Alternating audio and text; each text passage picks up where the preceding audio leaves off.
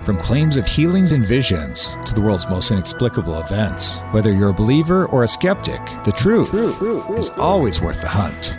EWTN Radio presents The Miracle Hunter with Michael O'Neill. Welcome to the Miracle Hunter radio show on EWTN Radio. This is Michael O'Neill. I'm the Miracle Hunter. Hey, Happy New Year, everyone. Can you believe it's 2024? Yeah, I can't believe it. Still wrapping my mind around that. But it's been a great year in 2023. Check out the Miracle Hunter website for the top 23 miracles of 2023. And you can subscribe to the newsletter to get that list and compile that. I compile that list every year. And as those numbers are going up, we're cataloging more miracles every year. But this is 2024 now, and we're off to the races this year, talking about saints. And we'll be talking about an up-and-coming saint. His name is Irving Francis Houle, who's a servant of God from Upper Peninsula, Michigan. He's actually a stigmatic and somebody on the path to sainthood. We'll be talking with his Vice-Postulator today, Terry Saunders, and we'll be talking about servant of God, Irving Francis Houle. We'll also be talking about, in the opposite end of things, not a new saint, but a very old saint. We'll be talking about St. Raymond of Peñafort, who was part of the Our Lady of Ransom apparition event, and that was centuries ago. We'll be talking with Marge Fenelon, an author who's been on this program many times, talking to us about St. Raymond in lieu of his feast day this week. And people who want to check out my content on EWTN, you can tune in every Wednesday at 9 a.m. Eastern Time for They Might Be Saints. It's a show which looks at Americans on the path to sainthood. And this week, They Might Be Saints is Venerable Mary Angeline Teresa McCrory. And she was, her life of holiness and service to the elderly poor has led to a groundswell of support for her sainthood cause. And I'll be looking at Mother McCrory's legacy and the miracles attributed to her. And that'll be this Wednesday, January 10th at 9 a.m. Eastern Time. And check out my other program, Explore with the Miracle Hunter. This is one of my favorite episodes coming up on Saturday, January 13th at 6 p.m. Eastern Time, where we travel to Rome. There are two Marian apparitions in Rome that are the subject of this investigation, and one miracle led to the building of St. Mary Major, and the other to a dramatic conversion when an anti-Catholic Jew wore the miraculous medal. So check that one out, Explore with the Miracle Hunter, Rome, and that's on January 13th at 6 p.m. Eastern Time. And later in the show, we're going to be looking at the 365 Days with Mary project. For today, we've got the Immaculate Conception of Guadalvieja in Guatemala City in Guatemala from the 17th century. The might-be saint of the day is Blessed Saunders of Tarouca from Portugal. And the question of the week, I have read that the coloring on the image of Our Lady of Guadalupe floats above the cloth. Is this true? I'll try to answer that question. And the miracle of the week, and we're actually miracle of the day, we're going to be doing a new segment for 2024. We have the question of the week, we have the might be saint of the day, we have the 365 Days with Mary project, but we've got a brand new project that we're working on this year. It is the miracle of the day, and there is a miracle related to the holy face of Jesus, that image on the Veronica veil in the year 1849. Stay with us for the first episode of the first edition of this miracle of the day. We'll be looking at that later in the program. Now let's take a look at the miracle news. We do this every week where we talk about the miracles happening around the world and those things that relate to miracles. And we've had some big miracles happening this week, one related to a weeping icon, and another interesting story related to an Indiana man found in his car and rescued from a car wreck. So the story goes that there was an Indiana man found by a Good Samaritan, rescued from a car wreck after 6 days trapped in the vehicle, and it has been called a miracle by some.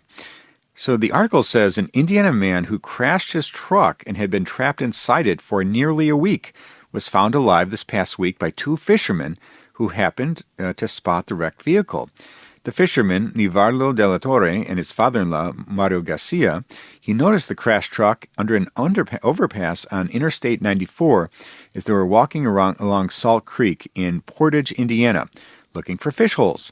And they initially believed they had seen a dead person inside the vehicle until one of them touched the body, and the man turned his head and spoke to them. I went to touch and he turned around, Garcia said at the press conference, and almost killed me because it was shocking. He was alive, and he was very happy to see us. I've never seen a relief like that, he said. He said that he tried yelling and screaming, but nobody would hear him from the car.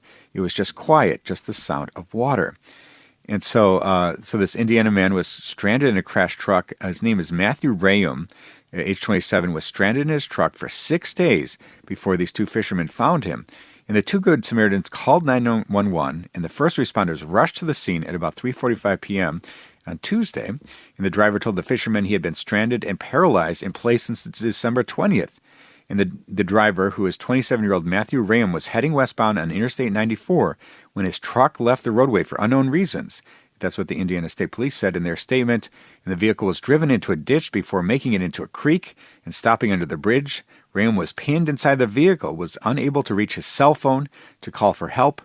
And they were able to cut Raymond from the vehicle using heavy machinery. He was then flown to a hospital in critical condition for treatment of severe life-threatening injuries. And so that's the incredible story of this man, Matthew Raymond, who was rescued from his vehicle after 6 days of being stranded there. So check out the Miracle Hunter page on Facebook. You can read the entire article about this event, which people are calling miraculous. Let's take a look at Catholic Pub Trivia. We do this every week where we ask a trivia question and give out a prize to an emailer who writes in with the correct answer. My friends who know me know that I love trivia. You might find me on a random night playing pub trivia, but this is Catholic Pub Trivia. And so the question from last week was, in what year did January 1st start being called the Solemnity of the Mother of God rather than the Feast of the Circumcision of the Lord or the Octave of Christmas?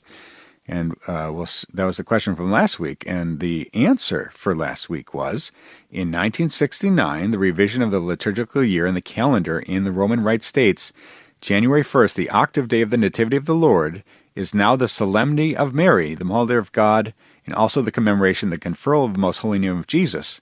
And it removed the October 11th feast day, even for Portugal, stating that the maternity of the Blessed Mother is celebrated now on January 1st, in the Solemnity of Mary, the Mother of God. And so the answer to that question is 1969. Thanks for everyone who wrote in trying to answer that question. And the question for this week relates to saints. We're talking today with Deacon Terry Saunders about servant of God Irving Houle, somebody who we hope will move along the path to sainthood to venerable.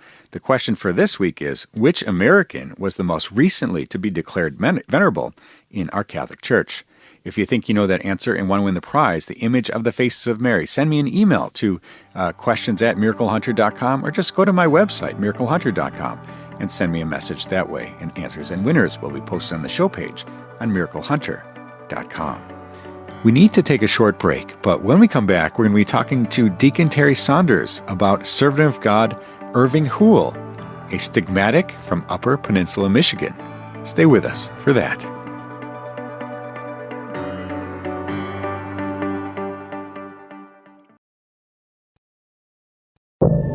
Now, back to the Miracle Hunter on EWTN. Here's Michael O'Neill.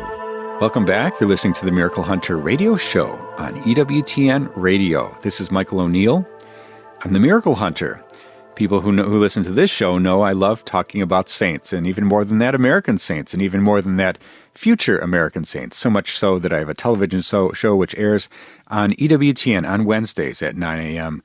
Eastern Time, which is called They Might Be Saints. And I have a book out by that very same name, They Might Be Saints, which is available from EWTN Religious Catalog at EWTNReligiousCatalog.com. And in that book, I detail the lives of 24 Americans, venerables and blesseds, those people on the path to sainthood with some miracles. They will be declared saints by our Catholic Church. And one of those people in the book is Venerable Bishop Barriga from Upper Peninsula, Michigan. And we did an episode on him, one of my all-time favorite episodes, and we got to spend some time in Upper Peninsula, Michigan. And when I was there, I got wind of another canonization cause that is also coming out of Upper Peninsula, Michigan, and that relates to a stigmatic, Irving Francis Houle. And I've been following his case ever since, and I've been wondering, will he be moving along from servant of God to venerable and beyond? And we've got someone here with all the answers, and that's Deacon Terry Saunders, the Vice-Postulator for servant of God, Irving Houle. Welcome to the program today, Deacon Terry. Well, thank you, Michael. I'm happy to be here. Well, it's exciting to talk to you because there aren't that many active causes in the United States of potential American saints, and this is somebody who is a very modern saint. And I think a lot of people can be excited about that point, and somebody coming out of Upper Peninsula, Michigan. So we're very happy to talk with you today. And for those people who have never heard the name Francis Houle or Irving Houle or Irving Francis Houle, who is the man that we're talking about today? Oh, we're talking about a man that was born here in the Upper Peninsula, a native of the Upper Peninsula, a family man who grew up in a large Catholic family and was raised by devout Catholic parents and utilized the sacraments and the sacramentals and the rosaries and all of the things that we do in devotions throughout his life. And he was a normal guy, though. He went to school. He was an athlete in school. He was kind of a little jokester when he was a kid, and that kind of carried on into his life. And of course, he was grew up around the World War II, so he was drafted into the Army when he left high school. He just had the experience that many people from that generation did, and which makes him really a normal man. But in my view, he's far from normal. Yeah, no, that's so fascinating. So a normal guy, someone on the path to sainthood. I suppose many of us are hoping to be that kind of a normal guy who reaches the heights of heaven someday. And so what was it about Irving Houle? Anytime they propose somebody as being a saint in our Catholic Church, they're always talking about heroic virtues, these virtues of a person's life that have been lived to the utmost degree in such a way that the Church should recognize them and make them worthy of emulation and recognition as a saint. What were the heroic virtues, you would say, of Irving Houle? Well, it's just kind of like you said, our lives move along, and God works in our lives if we cooperate with Him, and He perfects us as we go along.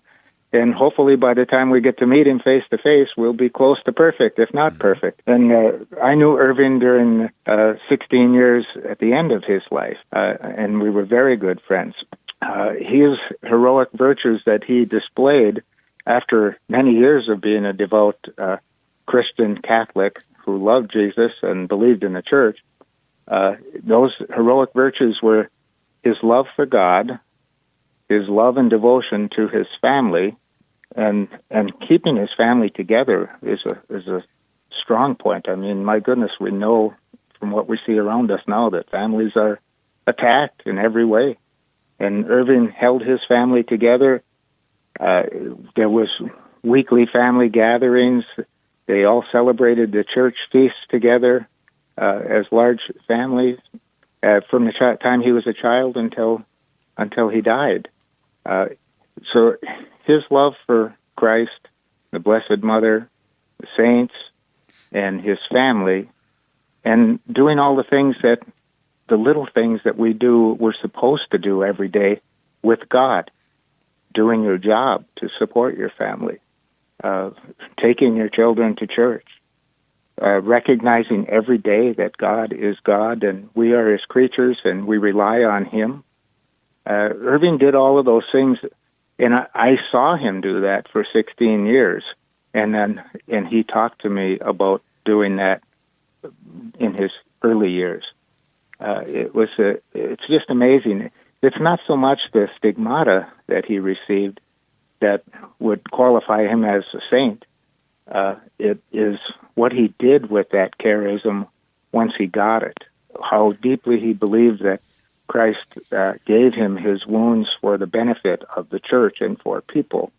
And let's talk about that a little bit. I think in the history of the church, there have not been a very large number of people who have been marked with the wounds of Christ. That is, the wounds in Christ's crucifixion made manifest on human flesh of a living person. This has happened not many times in human history, and only a handful of times in American history. And yet we see in the case of servant of God, Irving Houle, we see this same mystical phenomena manifesting. And talk a little bit, if you would, about when that first began to occur and what was sort of the reaction of Irving or the people around him when he started to receive these wounds.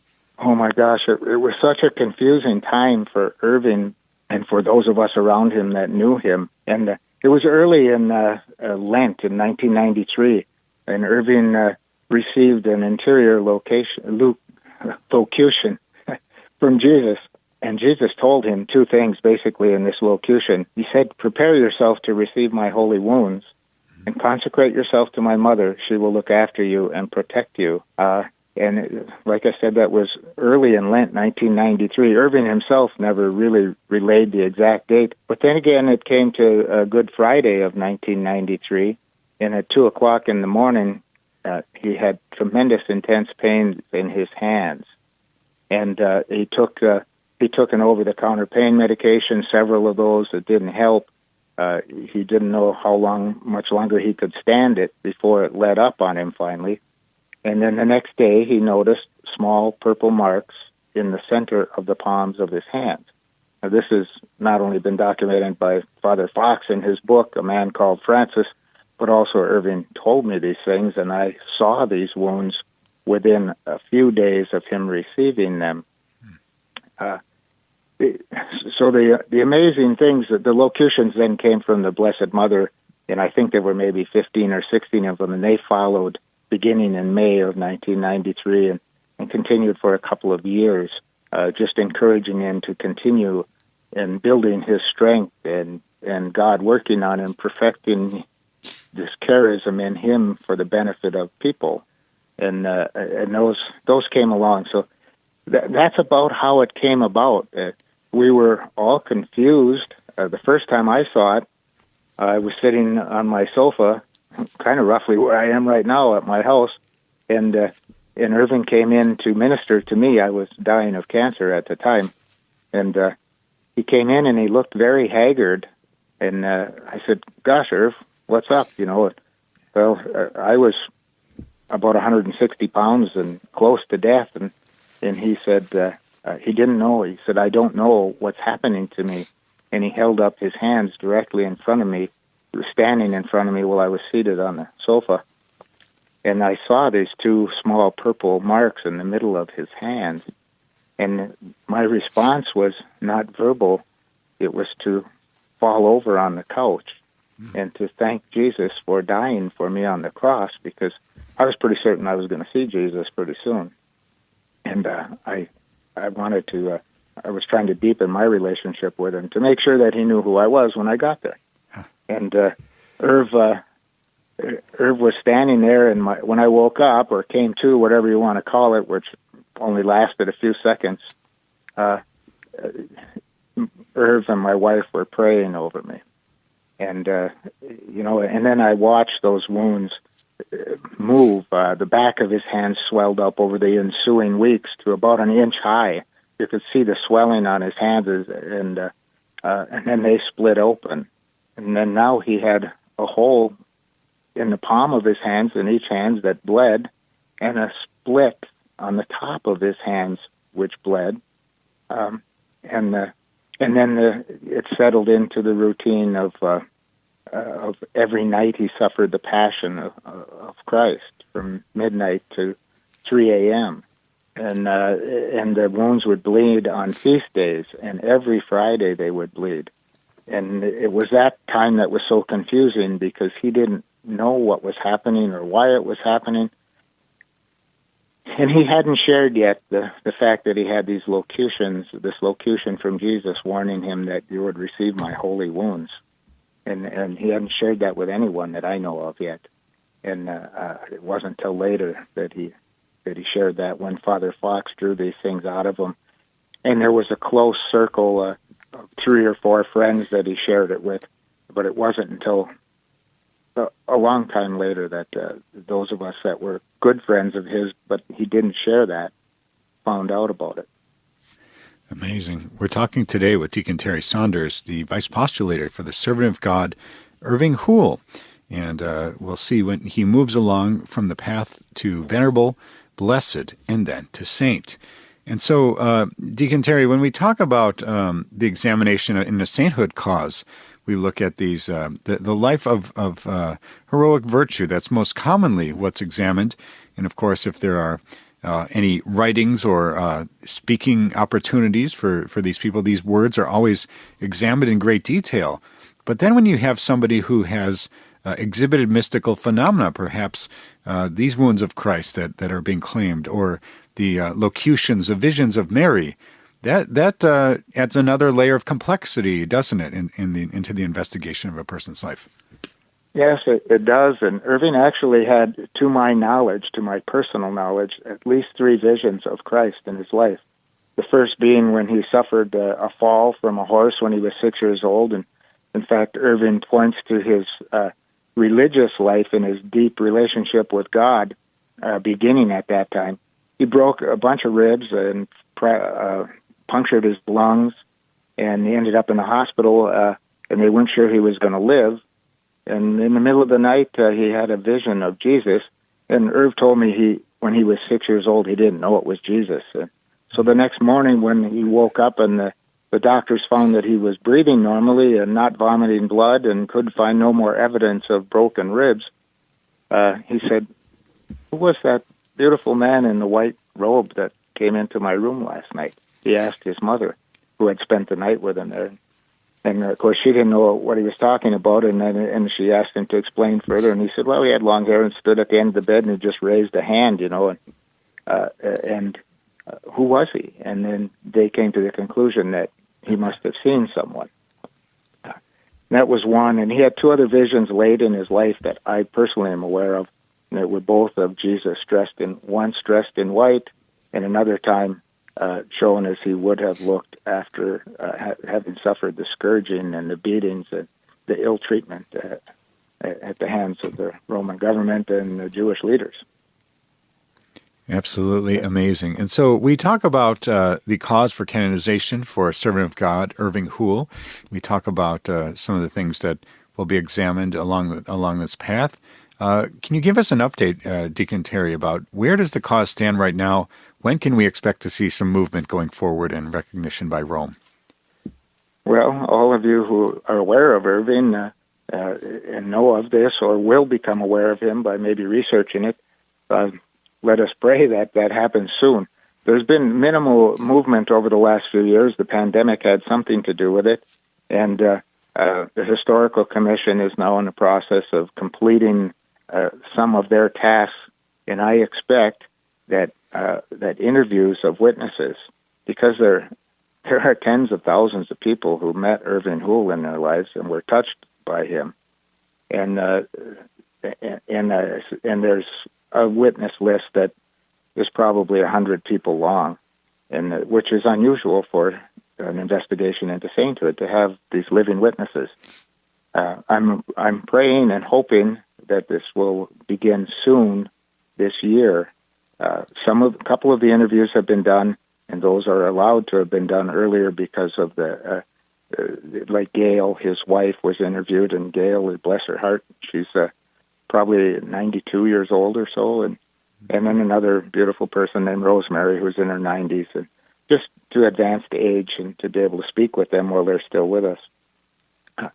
That will come along in the near future. We just have to be patient. It doesn't happen fast enough for us. All sainthood causes moves at the church's pace, which is sometimes a glacier's pace, you might say. It moves very slowly, and sometimes it takes years, decades, and even centuries for saints to be fully recognized in our Catholic Church. And we hope that the cause of Irving Houle moves along swiftly.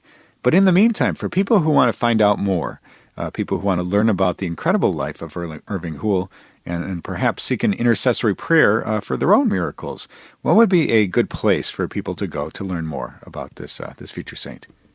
Well, we have a website that it's nice, but it's not utilized as much as I would like, probably due to my age and being not a techie. But it's irvingfrancishoule.com. That would put you in touch with where our address is in Escanaba, Michigan. And my name's Terry Saunders. I'm a deacon at St. Anne's Parish. I would take phone calls from anyone about Irving at this number, my home phone number, 906-786-5656. 0727.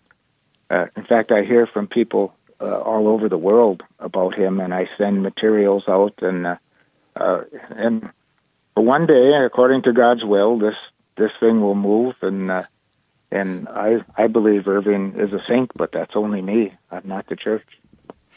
Well, we hope that that others come forward with stories of favors and miracles and contact you at irvingfrancishoule.com or the number you gave in order to move this cause along.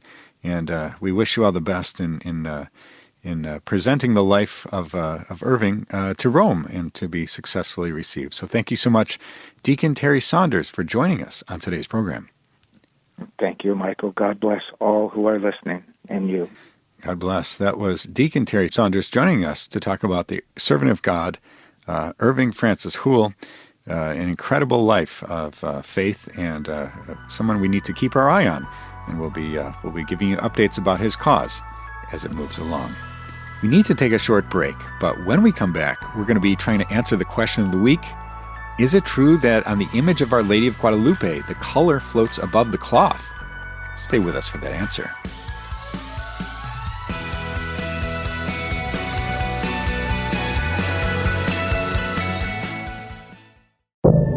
Now, back to the Miracle Hunter on EWTN. Here's Michael O'Neill. Welcome back. You're listening to the Miracle Hunter radio show on EWTN Radio. This is Michael O'Neill. I'm the Miracle Hunter. I love getting your questions. People write in from around the world with questions about miracles happening in today's world and those that have happened centuries ago. I like getting in my email inbox, but I also like answering them in person. I travel around the country and I give talks at parishes and shrines and other places, at conferences, and I've been talking a lot about Eucharistic miracles these days, but people invite me to speak to their group, and at the end, I usually speak to 45 minutes to an hour, but then for 15, 20 or more minutes, people have questions about miracles, and I love doing my best to try to answer them. And we have a good question this week, and I've heard people with this question before, and I think it's a good one, but it's important to get right. So the question is, Dear Miracle Hunter, I have read that the coloring on the image of Our Lady of Guadalupe floats above the cloth. Is this true? Phil. Well, thanks, Phil, for that question. And I think that we talk about Our Lady of Guadalupe, that amazing image, that long-lasting image from 1531 is when it's dated back to, with Juan Diego. They're in Mexico City receiving the image of Our Lady of Guadalupe, and that cloth has lasted all these years, even though similar cloths have lasted only 30 years or so. It is the only cloth in its condition in the entire world of this type of fiber, so it's truly amazing. People talk about the other remarkable qualities, perhaps the eyes found in the tilma, or the colors on the image. These are, and all the various symbolism and aspects of that image that scientists have looked at and tried to draw conclusions about. But one thing that does get reported is that there have been some extra kind of miraculous things that have been attributed to this cloth. One being, you hear some people say that a heartbeat can be heard on that cloth, and that's not true. And if you were to put up medical instrumentation to it, that's not true. Another one that's told and relates to this question is that the coloring of the image actually floats above the image of Our Lady of Guadalupe, that it's not actually embedded in the cloth, and that's not true either. That's another, we call it an urban legend or a pious legend, you might say. If you were to see an image of the back of the cloth, and I do have such images, you can see that the coloring, which constitutes the image, it actually bleeds through from the front to the back, so it does not float above. We talk about perhaps the Shroud of Turin. The coloring on that shroud is on the very uppermost layers of the fibers of that cloth, and some people might say it kind of floats above. But in the case of the tilma of Our Lady of Guadalupe, the coloring actually penetrates and soaks through the entire cloth. So thanks, Phil, for your question. Sorry to disappoint you if this was a long-held belief of yours, but the reality is that the coloring on the image of Our Lady of Guadalupe does not actually float above the cloth. It is in the cloth itself. So thanks for that question. If you have a question for the Miracle Hunter, you can send me an email to questions@miraclehunter.com, and maybe I'll be answering your question on the air next week. Let's take a look at the 365 Days with Mary project. We do this every week where we look at the Marian devotion as it lines up exactly to the day's date. We all know Fatima, May 13th, or Lourdes, February 11th, or Guadalupe, December 12th, but believe it or not, there's a different other Marian devotion that from around the world that lines up exactly to each day of the calendar year. So for today's day, we've got the Immaculate Conception of Garda Viejo in Guatemala City in Guatemala from the 17th century. And the story goes that on January 6th in Guatemala City, the fiesta of the Guarda Viejo district marks the end of the Christmas season with a Three Kings feast day celebration. And festivities begin in the town with the Feast of the Immaculate Conception. The image of the Immaculata, known as the Virgin of the Holy Kings, is perhaps the oldest of several statues in Guatemala City. It was formerly owned by the Franciscan Third Order. It was donated to the Franciscan Church in the suburban outpost of Garda Viejo in the 1800s, and this revered image was reconsecrated by Cardinal Quesada Toruño, the Archbishop of Guatemala, on January 6, 2003, at a special ceremony for this occasion. And that's the Immaculate Conception of Garda Viejo in Guatemala City in Guatemala. For more information on this fascinating devotion, or any of the hundreds of other Marian devotions from around the world, you can go to 365dayswithmary.com. You can pick up the book, you can download the free app from the Apple App Store, or you can go to the Facebook page and join any of the other 10,000 other followers who follow 365 Days with Mary. Now it's 2024, so we're going to be trying a new segment here on the Miracle Hunter radio show, and we talk about 365 Days with Mary, we talk about the Might Be Saint of the Day, but we're going to talk now each day about the miracle of the day. And so during the period between Christmas and the Feast of the Epiphany, Pope Pius IX was in exile from Rome, and the church was experiencing a revolution with many things going on. Now, during this time, he asked for special prayers, and in the last 3 days, he had Veronica's veil on public display in the Vatican. And, of course, this veil isn't very visible, and it's covered with a silk cloth. On the last day of this novena, January 6, 1849, a miracle purportedly occurred. The veil started to glow, it was reported, and for a period of 3 hours from 12 noon to 3 p.m., our Lord's face was lifelike and could be clearly seen, and the image was reported to be weeping and bleeding. And the canons of the basilica ordered that the bells be rung, and many people came to see this miracle. The miracle itself is documented by an apostolic notary in the daybook of the Vatican Basilica. And of course, there's no photography at that time, so only drawings were made of this, and no one knew at the time that what image lay hidden in the shroud. So there was only the drawing of the miracle on Veronica's veil, and copies of the Veronica veil miracle were made for a period of about 75 years. And so that is the miracle of the day on January 6, 1849, a miracle related to the Veronica veil. Let's take a look at They Might Be Saints. We do this every week where we talk about people on the path to sainthood. We're talking about servants of God, venerables, blesseds, before they have all their miracles recognized by Rome and are declared saints. And so earlier in December, during an audience granted to His Most Reverend Eminence Cardinal Marcelo Semeraro, the prefect for the dicastery for the cause of saints, the Pope authorized the same dicastery to promulgate the decree regarding the martyrdom of servant of God Jan Havlik, a seminarian of the Society of the Missionaries of St. Vincent de Paul.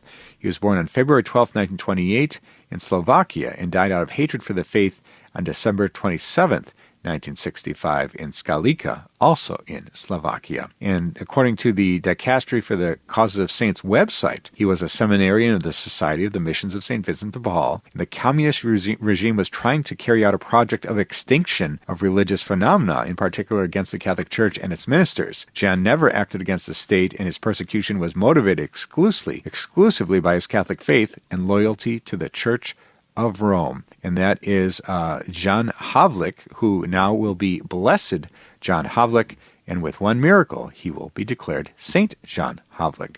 So that's the update on the latest coming out of Rome related to future saints. Now let's take a look at the Might Be Saint of the Day. We do this every week where we talk about the person on the path to sainthood whose feast day or death anniversary lines up exactly to the day's date.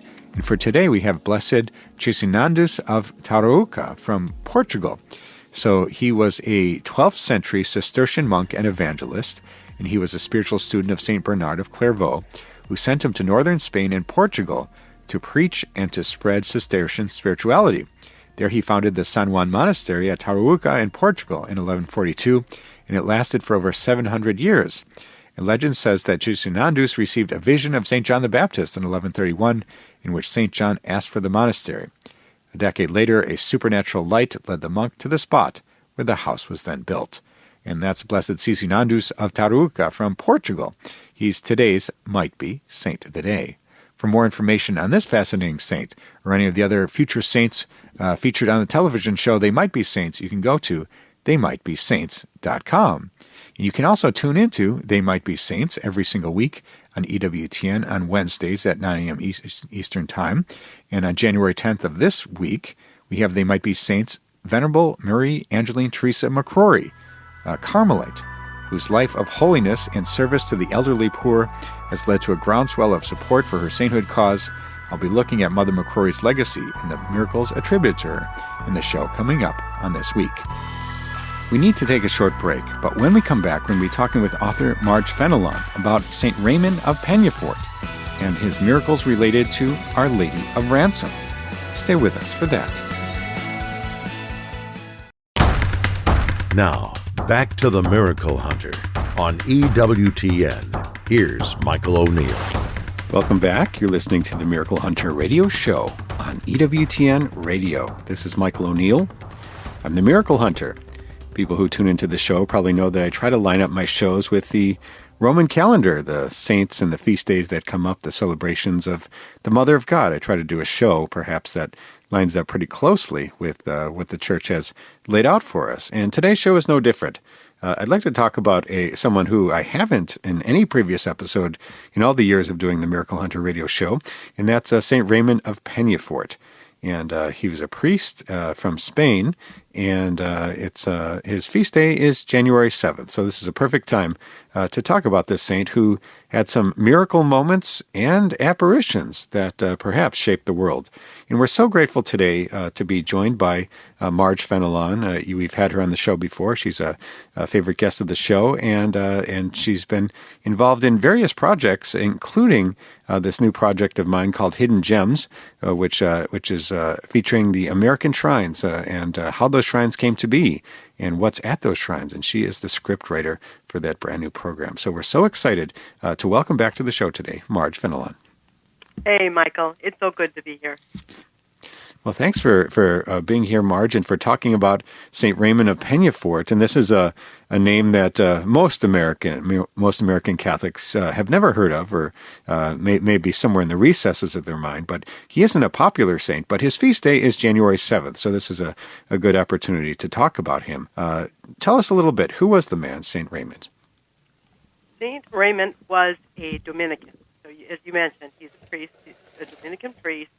He lived in the 1200s, early 1200s.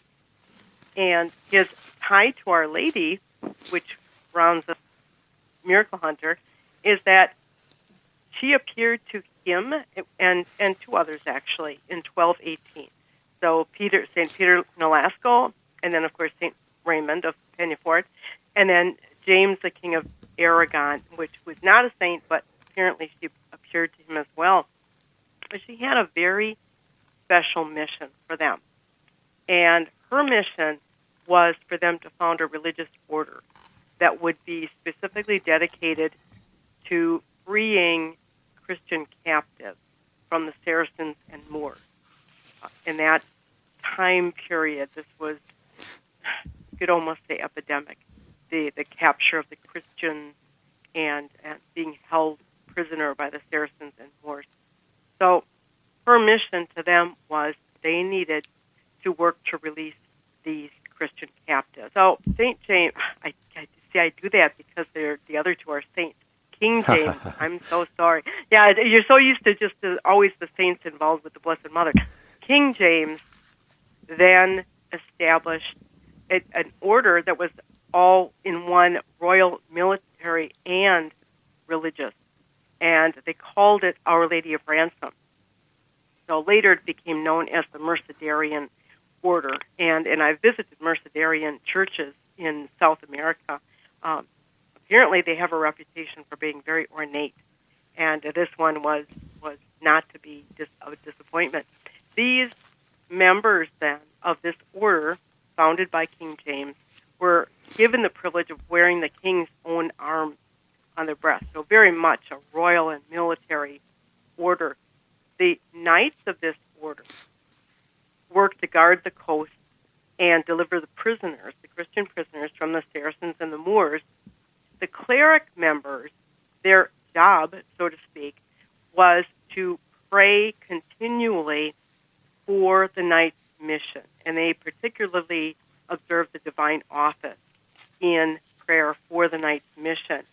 Now, the order spread, as you can imagine, because when you've got a need, then the need needs to be met. And they collected alms. They would go so far as to surrender themselves for the freedom of the Christian prisoners, which it boggles my mind. That is an amazing thing. It's one thing to collect alms to ransom these Christians, but another to say, hey, take me instead. So instead of just giving some money to get the prisoner out, they'd say, put me in prison instead and let the other person out. Exactly. I mean, when I think about it, that's incredible. How selfless and beautiful. I would hope that maybe I could do that, but I don't know if I'm that close to being that holy. That is quite a remarkable way of working things, I think. And this grew, all of this custom, the order grew, and then Pope Innocent the 12th in the 17th century extended the feast from the Mercedarian order, the Feast of Our Lady of Ransom, to the Universal Church. So that's how we get that feast day. But St. Raymond, of course, is at the forefront of these efforts. He is part of this order. He's living his Dominican life. There is a story of a miracle that took place. I think it's kind of an unusual miracle. It's pretty neat. I don't know that I would try the same thing for myself, but St. Raymond was the confessor of King James of Aragon. They together went to the island of Majorca, and there they were aiming to convert the Moors. Well, the king, this is why we know he's not a saint, I think, but he brought along his mistress, and Raymond scolded him. Of course, this is wrong. It's morally wrong. So St. Raymond, asked the king to dismiss the concubine, and it was many times that he had to ask him. But King James was stubborn, and he said, no, I'm not doing this. So finally, St. Raymond tells the king that, okay, well, if you're not going to dismiss the concubine, I'm sorry, but I can't stay here with you any longer. And so he was going to return to Barcelona. But the king, and here's an interesting thing about this, the king, even though he's committing this sin that he knows he's wrong in doing, he doesn't want St. Raymond to go. So he forbids him to leave the island. And I think that's very telling that somewhere in his heart, now I don't know his heart, of course, but somewhere in his heart he must have known, I really need St. Raymond. I need him to get me out of this sinfulness. So he forbids St. Raymond to go, but St. Raymond is not going to stay by any means. So he tells his Dominican companion who is there with him, come down to the seashore, we're leaving.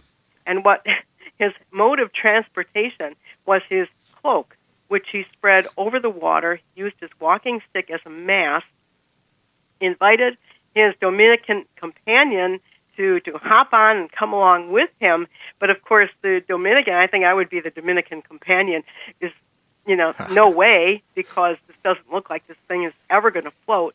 But sure enough, St. Raymond floats away on his cloak, and even the boats that he should have traveled on, but was refused passage, the sailors cheered him on as he navigated around these ships and then off to Barcelona. So it's a very interesting and unusual miracle. And, it's 160 miles to Barcelona. So this was not just across a little channel. Yeah, we imagine you did some fishing along the way for meals, but absolutely. Absolutely. Yeah, an incredible story. I love this, the hagiographies and the stories of saints that we've gotten throughout the years in our Catholic Church. Absolutely amazing. And we've been talking today with Marge Fenelon, a Catholic author, talking to us today about Saint Raymond of Peñafort, whose feast day is January 7th. And we were talking earlier about Our Lady of Ransom. And this is sort of an older devotion. Perhaps I know that there's a parish in the Chicago area where I live, Our Lady of Ransom. And I think a lot of people have commented to me, I don't even know what that means. But what would you say that the takeaway of Our Lady of Ransom, or Our Lady of Mercy, as she's more popularly known today, how can we apply that in our modern world with some of the generosity that we've seen, some of these people who were releasing prisoners? How can we see that as being important in our own lives today? Well, I think it's twofold. First of all, we know that physically there are Christians held captive for their faith. Excuse me. And so we can turn to Our Lady of Ransom and pray for their release, even if we can't physically do anything to help them. We can definitely do something spiritually, and that is to invoke Our Lady of Ransom for their freedom. But when we look closer to home and look at our own hearts, we're held captive. We, too, are Christian prisoners in the sense that any kind of sinfulness or selfishness, spiritual laziness, apathy, addiction, all of these different things, greed, lust, what they're doing is, excuse me, holding us captive from living a joyful life in Christ. If you've got this in your life, and this being whatever the sinfulness is, it forms prison walls around you because it separates you. Obviously, we know from the Catechism, sinfulness separates us from God. Well, we're holding ourselves captive by allowing ourselves to fall into this sinfulness, or even, it doesn't have to be out-and-out sin where you're committing something very obvious to all, but just the fact of being lazy or apathetic in your faith, it weakens your Christianity and opens yourself to the possibility of the evil one's influence on your life. And this is why it's so dangerous. This is why it holds us captive.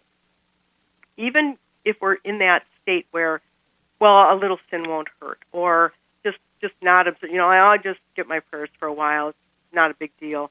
It is a big deal because this opens that door just enough that the evil one can start to influence us. And that certainly we don't want by any means. And it holds us prisoner because it builds on each other. A little sin builds on to a bigger sin and on until, people that we look at who, and I want to caution, we can't judge their hearts, but they look like they're living a terribly sinful life. Well, how did they get there? It starts small. It's not like somebody just one day wakes up and says, well, I'm going to live an outrageously sinful life. No, it doesn't work that way at all. It's the little stuff. That's where we have to be on guard, not let ourselves be held captive. So we turn to Our Lady of Ransom and ask her, please ransom me, free me from whatever it is that's keeping me from God. Very well put. A good analogy from you, Marge Fenelon, Catholic author, talking to us today about Our Lady of Ransom and St. Raymond of Peñafort, one of the three visionaries in that groundbreaking vision that led to the formation of an order, which led to the freeing of captives with the Saracens and Muslims. And so, Marge, people can find out about your books at margefenelon.com. You've written numerous Catholic books, and I'm so excited because you have a brand new book that's coming out on January 22nd. It's called Behold Your Mother. As we wrap up the show today, tell us a little bit about this new offering of yours. Oh, I'm so glad that you asked me because I'm super excited about. I'm excited about all my books, but this one holds a very special place in my heart because it's a Stations of the Cross. Written, it's very unusual. It's written from the perspective of the child observing the mother's suffering on the way of the cross. So it's a very different, there are other ones. I know that there are other Marian stations of the cross where it talks about Mary and what she might have been going through. But this is different. You become, when you pray these stations, you become the child. And you realize, and speaking for myself because I wrote them, so I worked through all of this on my own as I was writing, that the reader, you become the child and understanding and realizing and seeing the agony in your mother and understanding that you were part of that. And this is not a guilt trip, but that you were part of that. And our Lord suffered specifically for you. There's that saying that had you been the only person alive, Jesus still would have suffered and died for you. Well, we can apply that to the Blessed Mother as well. Had you been the only person ever to have lived, our Blessed Mother would have gone through all of that just for you because she loves you so very much. Well, very, very exciting. And this new book, I love the perspective that you're taking. This does seem to be novel and something that hasn't been done before. So congratulations on this idea and this book, Behold Your Mother, available January 22nd. Where can people go to find this book when it becomes available? Definitely our Sunday Visitor. It's up on the site already. You can get it from Amazon. It's available for pre-order. And I'm just looking forward to a really Marian Lent. And so I'm excited to have this book coming out this year. Wonderful. Well, we're so grateful to you, Marge Fenelon, for joining us on today's show, talking to us about St. Raymond of Peñafort and Our Lady of Ransom. Check out her work at margefenelon.com. And Marge, we wish you all the blessings of the new year. God bless. Thank you. Thank you. And that was Marge Fenelon, Catholic author. Check her out at margefenelon.com, and you'll see her new book, Behold Your Mother, out January 22nd from Our Sunday Visitor. And that's all the time we have for today's show. If you missed any of this episode or want to catch up on past episodes, you can go to EWTN.com/radio. Check out the audio archives or download the free EWTN app. I'd like to thank our guest today, Terry Saunders, talking about Servant of God Irving Francis Houle and his canonization cause, and Marge Fenelon, an author talking to us about St. Raymond of Peñafort. And I'd like to thank you for joining me today on Miracle Hunter, where from claims of healings and visions to the world's most inexplicable events, whether you're a believer or a skeptic, the truth is always worth a hunt. Talk to you next week.